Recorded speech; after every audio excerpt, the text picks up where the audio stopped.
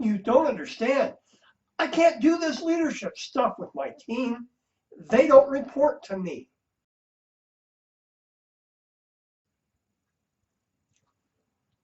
I hear that a lot in my workshops, especially with people who lead ad hoc teams or teams that are not put together for a long period of time.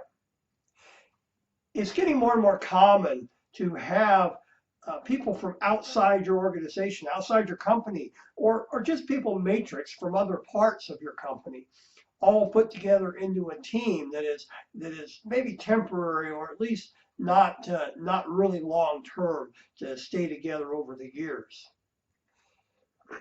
But that doesn't mean that you're not still the leader of the team. If you're responsible for what the team does, you're the leader. So to say, I can't do this, they don't report to me, is really kind of a cop-out. Here's something to remember. If there isn't a formal leader, if there isn't anybody assigned to be the leader of a team and recognized in that role, somebody will end up being the leader of the team. People want leadership, and they will accept leadership, especially when that leadership is beneficial to the team and it's good leadership. Again, if you're responsible for the team, for what they do, you're in that leadership role. So how do you do that without the authority of being the reporting official for that person? There are several steps that will help you fit that leadership role better. The first one is to know yourself. Understand who you are, what your strengths are, where your weaknesses are, where you may need some help, or where you know that you can excel. Knowing yourself is always the first step. Next is know the people in your team. Get to know them. There's no shortcut for this. You have to make the effort to find out who's on your team. What are their strengths? What are their weaknesses? Where are they going to be most beneficial to the team? And how can you help them succeed? How can you help them be a better part of the team? The old idea of command and control leadership is pretty much gone. It doesn't really work, and it never really has worked as a really good leadership technique.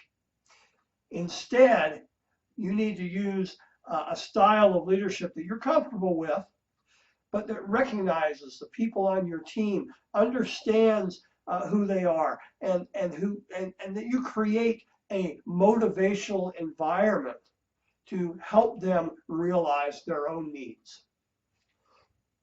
Something I've seen with these kinds of teams, especially where you have people contracted from outside your company to be part of the team, is a tendency to treat those people like the hired help.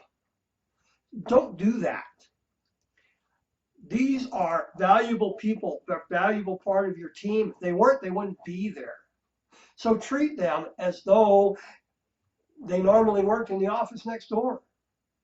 Do the same thing with them. Create that motivational environment. Remember that they have their own desires. They have their own career plans. They have their own method of operating. You need to incorporate that. You need to treat them just like you would anybody else on your team. Above all else, don't shirk this leadership responsibility. If the team fails, you fail. If the team succeeds, you succeed. So embrace your position, embrace that responsibility to be the leader of the team. And if you're wondering just how you should come across, how you should be that leader, look at it like this. If the tables were turned and you were in the team, how would you want to be led? Thank you for watching this video. If you'd like to see more, click on the subscribe button right here. I'm always loading new content. And speaking of content, In the description below, there's a link. Go to that link. It takes you to our website where you can download a lot more great information. And it's no sales. It's all free. Just want to give you some tips, tools, and techniques to help you be a more effective leader.